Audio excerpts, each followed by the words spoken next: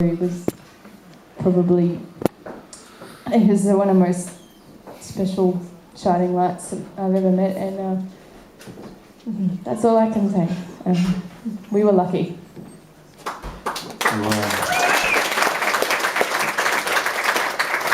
And now I'm going to try and remember the songs. Oh my God. I'm not even drunk, I promise. I'm going to try and remember the words to this song. Called Drink the Whole Bottle Down.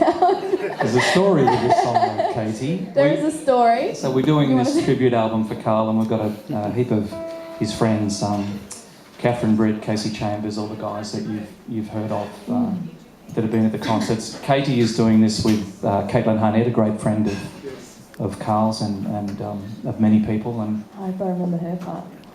You remember her part. So we started this, I think last week we started this session to record their tribute track. So the two of them doing a duet on a Karl song called Drink the Whole Bottle Down, which they took both as a lyric and as an instruction.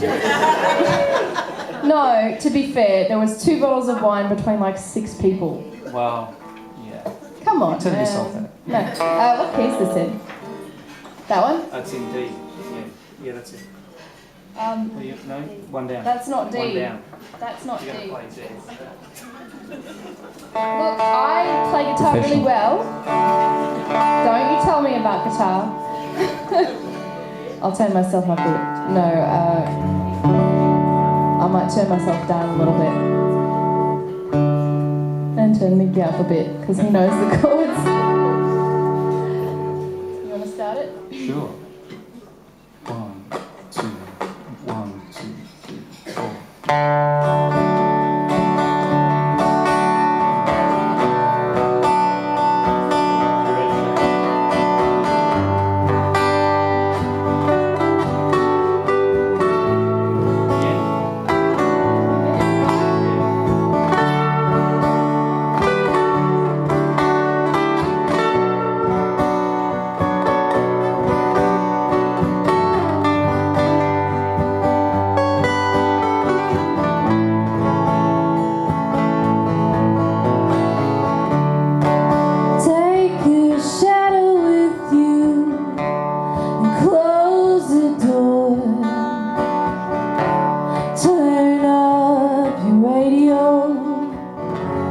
Leave me alone. Nothing's ever good enough.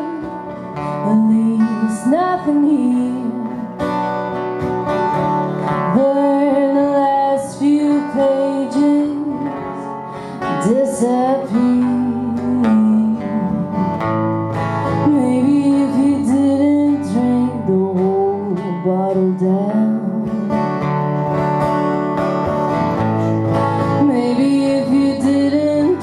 The whole bottle down.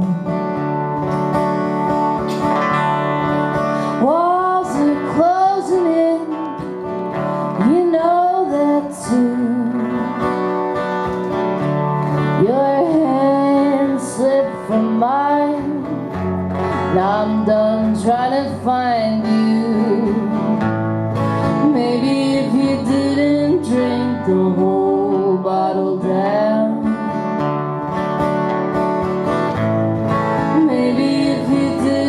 Drink the whole bottle down.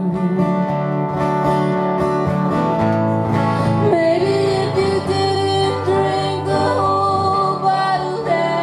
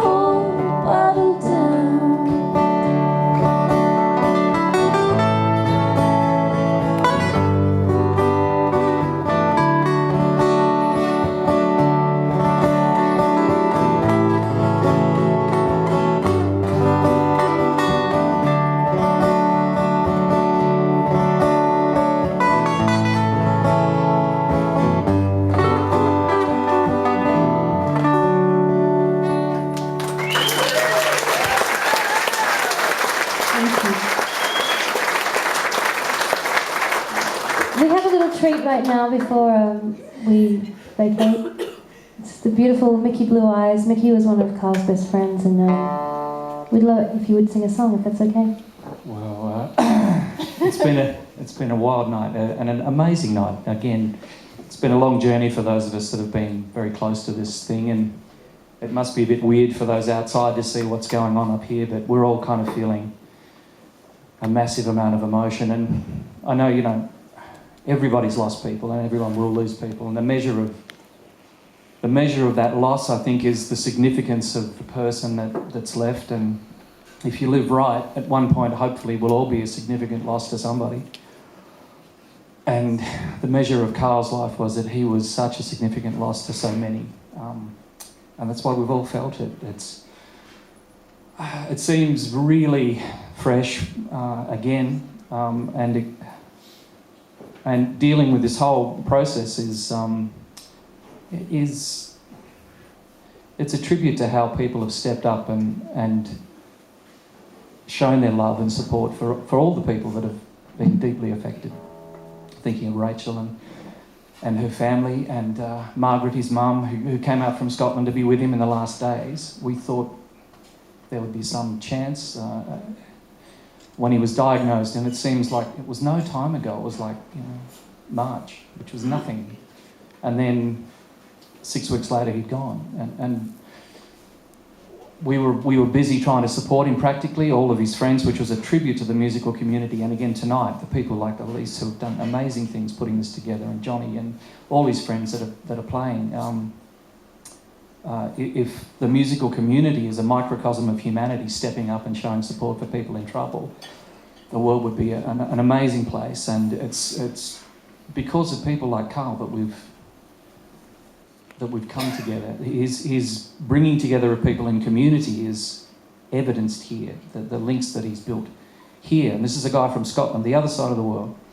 I toured Scotland with him. He loved the place, but he built his house here. He had his kids here. He put down deep roots here. He had Rachel and Nundle, and it was a very special place for him. And those people come along very rarely in your life. He was my brother from another mother, and you don't get many of those.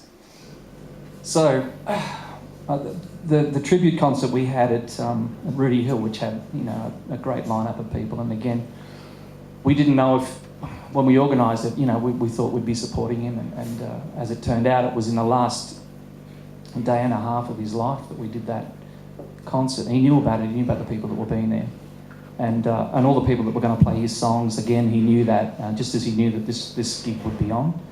We'd organised it when he was still around, and we thought, with luck, he'd still be here. But so we did the Rudy Hill concert, and the day before, I didn't know if people would be coming expecting to be there. They didn't know how bad it was and how quickly this insidious disease had really taken hold. So we didn't know what we'd be telling people, whether he'd be gone or whether he'd be just hanging on. But it was only a matter of hours, so we had to make a really surreal announcement from the stage saying this is where we're at.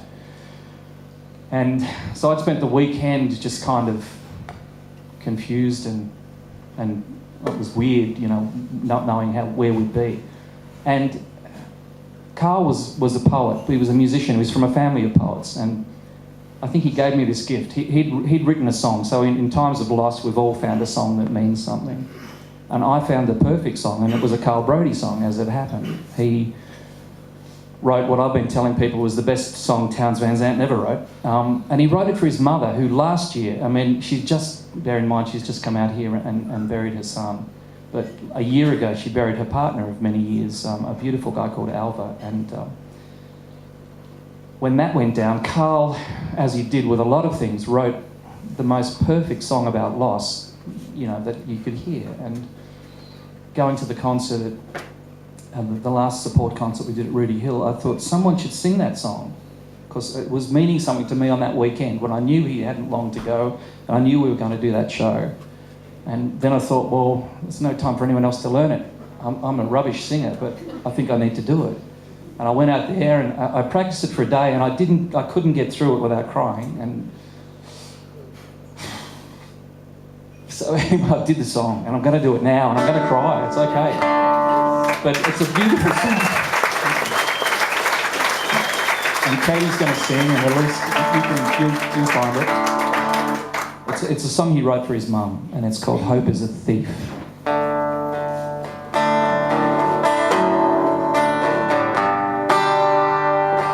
Lonely like the sunlight, shooting beams out across the bay.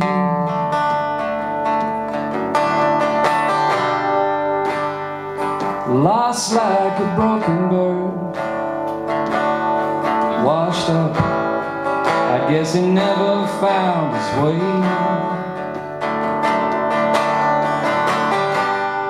So if you ever need a feather, one that dances and plays upon the breeze, can't promise a life that's better. All I know is that it takes two souls for love to fly high and free.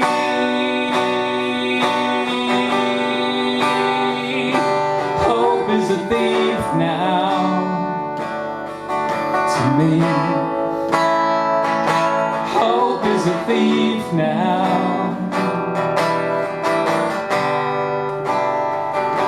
Hope is a thief now to me.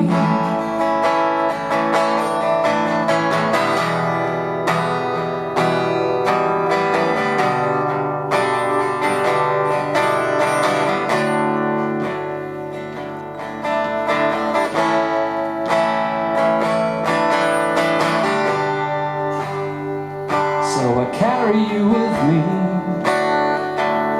in my heart, in a pocket near my heart. I don't want something familiar, except a friend, maybe sometime a friend. And if you ever need a feather, one that dances and plays upon the breeze, I can't promise a life that's better. All I know is that it takes two souls for love to fly high and free.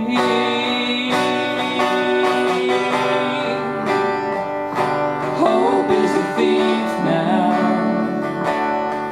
to me. Hope is a thief now.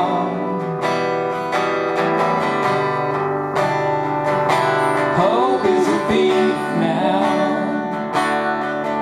to me. Hope is a thief now.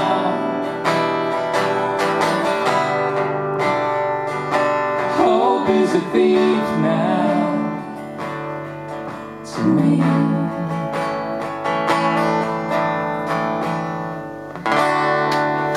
Thank you. Thanks, guys. Mickey Blue Eyes. Thank you very much.